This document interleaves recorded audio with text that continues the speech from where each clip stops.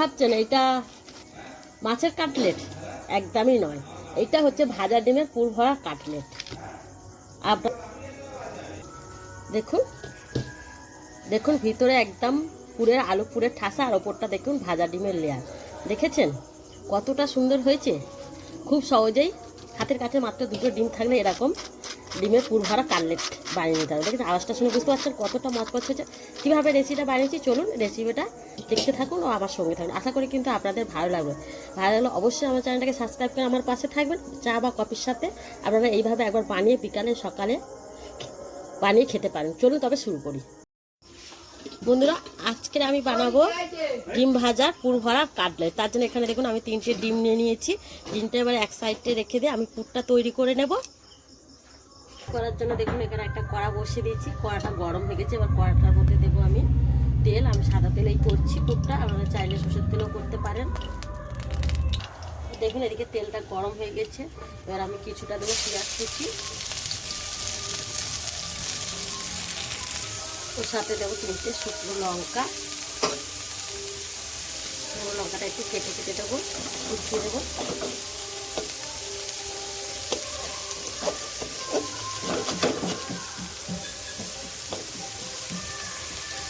এখানে দেখুন শুকনো লঙ্কাটা কুচিয়ে নিয়েছি, হালকা করে পেঁয়াজটা ভেজে দিয়েছি। এই পেঁয়াজের মধ্যে দেবো এক চামচ রসুন গ্রেট করা। রসুন কিন্তু বেটে দেওয়ার থেকে একটু গ্রেট করে দিলে কিন্তু চপে বা যে কোনো কিন্তু পকোড়া পেস্ট খেতে ভালো লাগে, কিন্তু বেটে দিলে একদম পেস্ট হয়ে যায়, মিহি পেস্ট, এটা কিন্তু অতটা স্বাদ হয় না। এবার রসুনটাও পেঁয়াজের সাথে ভেজে নেব। পেঁয়াজ রসুনটা যখন ভাজা হয়ে যাবে তখন দেখুন 1 চামচ মতন আদা গ্রেট করে রাখা দিলাম। এবার এই আদা পেঁয়াজ আর রসুন একসাথে কিন্তু আমি পেঁয়াজের সাথে আজকে ভেজে নিলাম।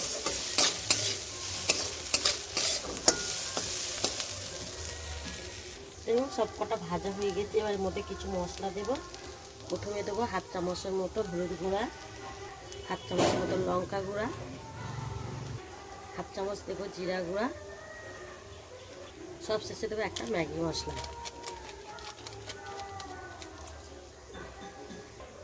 সব কটা মশলা একসাথে নেড়ে চেড়ে নেব।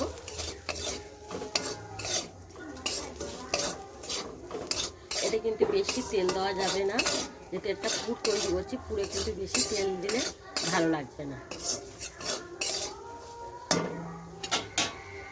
আর এদিকে দেখুন কিছুটা আলু আমি আগে থেকে সিদ্ধ করে নিয়েছি, আলুটা আমি একটু হাত দিয়ে ভেঙে ভেঙে দেবো।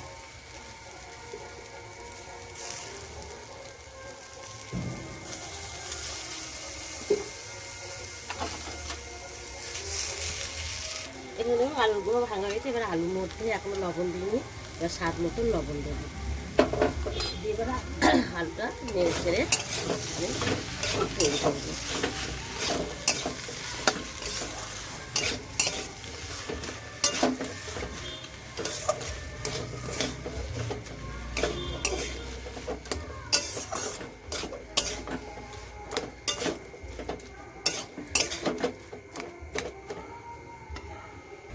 দেখুন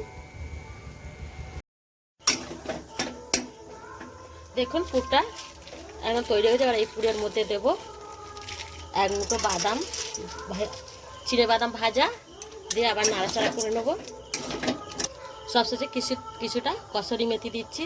আবার চাইলে কিন্তু এতে ধনিয়া পাতা দিতে পারেন কুচি, আর কসুরি মেথি দিয়ে নেড়ে চেড়ে নেব।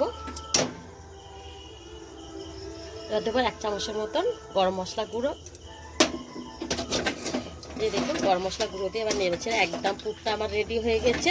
এবার লাভিয়ে ঠান্ডা করব। দেখুন ডিমের পুরটা রেডি হয়ে গেছে। এবার এখানে একটা বাটি নিয়ে নিচ্ছি। এবার ডিম 3টে ভেঙে নেব। ডিমের মধ্যে দেবো স্বাদ মতো লবণ, একটু গোলমরিচ গুঁড়ো দিয়ে একটু ভালো করে আমি ডিম 3টেকে ভালো করে ফেটে নেব। এখানে দেখুন ডিমটা ভালো করে ফেটা হয়ে গিয়েছে। এখানে দেখুন একটা ফ্রাই প্যান বসিয়ে দিয়েছি বড় চওড়া দেখে, আর এর মধ্যে একটু তেল দিয়ে দেবো। তেলটা গরম হয়ে গেছে। এবার এই ডিমটা দিয়ে দেবো।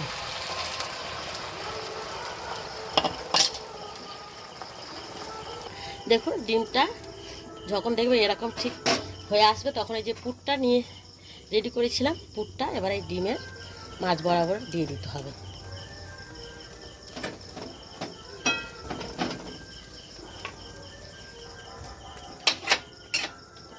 দেখুন পুরটাকে আমি সমান করে দিচ্ছি, দিয়ে এবার দেখুন আস্তে আস্তে কিন্তু ডিম থেকে চারিদিকটা ধরে উল্টে নিতে হবে। দেখুন ডিমটা ঠিক একটু ধরে সাবধানে কিন্তু উল্টে পাল্টে দিতে হবে।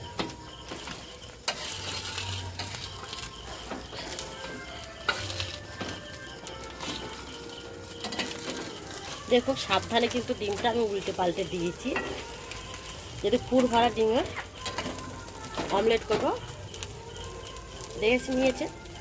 দেখুন এবার উল্টে পাল্টে এবার ভেজে নিচ্ছি। এবার দেখুন একটু ঠান্ডা করতে দেবো। ডিমটা ভাজা হয়ে গিয়েছে, পুর ভরা ডিম ভাজা হয়ে গেছে। এবার ডিমটা একটু ঠান্ডা করতে হবে, এখন তো প্রচণ্ড গরম, এখন হাত দেওয়া যাবে না। ততক্ষণে আমি আর একটা ব্যাটার তৈরি করে নেব। এখানে ফির একটা ডিম নিয়ে নিয়েছি, এই ডিমটা ফাটিয়ে এই বাটিটার মধ্যে নিয়ে নিলাম। ওর মধ্যে নেবো 1 চামচের মতন কর্নফ্লাওয়ার আর দেবো 2 চামচের মতন জল, স্বাদ মতন লবণ দিয়ে এবার ব্যাটারটাকে ফাটিয়ে নেব। দেখুন এখন ব্যাটারটা ফাটা হয়ে গেছে। এবার এটা সাইডে রেখে দিয়ে এবার ডিমগুলো আমি একটু টুকরো টুকরো করে নেব।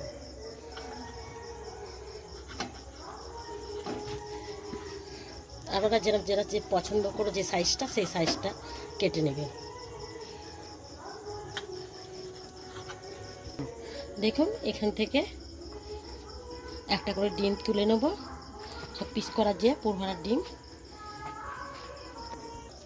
এই যে ডিমের গোলা এর মধ্যে দেবো। দেখুন ডিমের এই গোলার মধ্যে একবার দিয়ে এখানে দেখুন কিছুটা ব্রেড ক্রাম্বস নিয়েছি, মানে পাউরুটি গুঁড়ো করে নিয়েছি। এবার এই গুঁড়োর মধ্যে দিয়ে কোট করে নেব।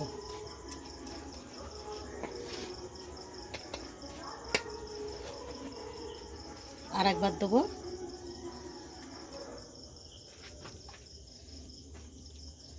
আবার চাইলে 1 কোট করতে পারেন, আমি 2 কোট করে দিচ্ছি।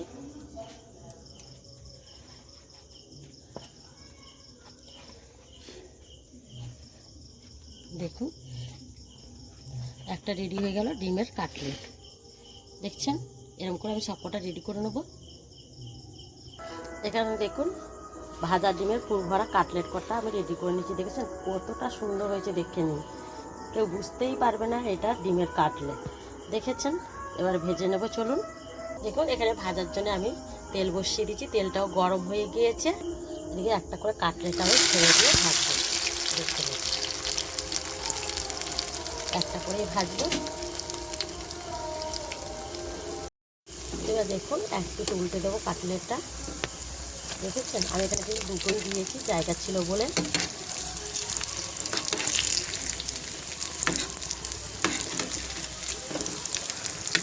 দেখুন কত সুন্দর, কেউ বুঝতেই পারবে না এটা ভাজার দিনে পুর ভরা কাটলেট, ভাববে যে মাছের কাটলেট।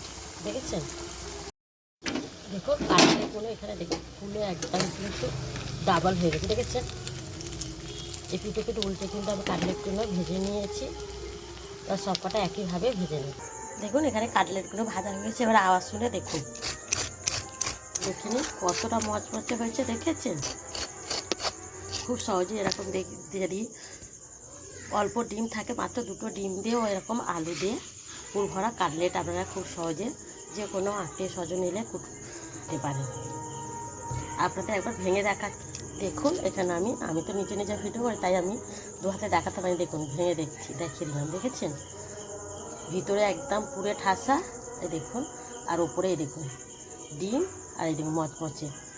তাহলে আমার আজকের এই পুর ভরা ডিমের কাটলেটটা কেমন হয়েছে অবশ্যই কমেন্ট করে বলবেন। আর ভালো লাগলে কিন্তু বন্ধুদের সাথে কিন্তু শেয়ার করে দেবেন। তাহলে আজকের এই অবধি, আবার দেখা হবে নতুন রেসিপি নিয়ে।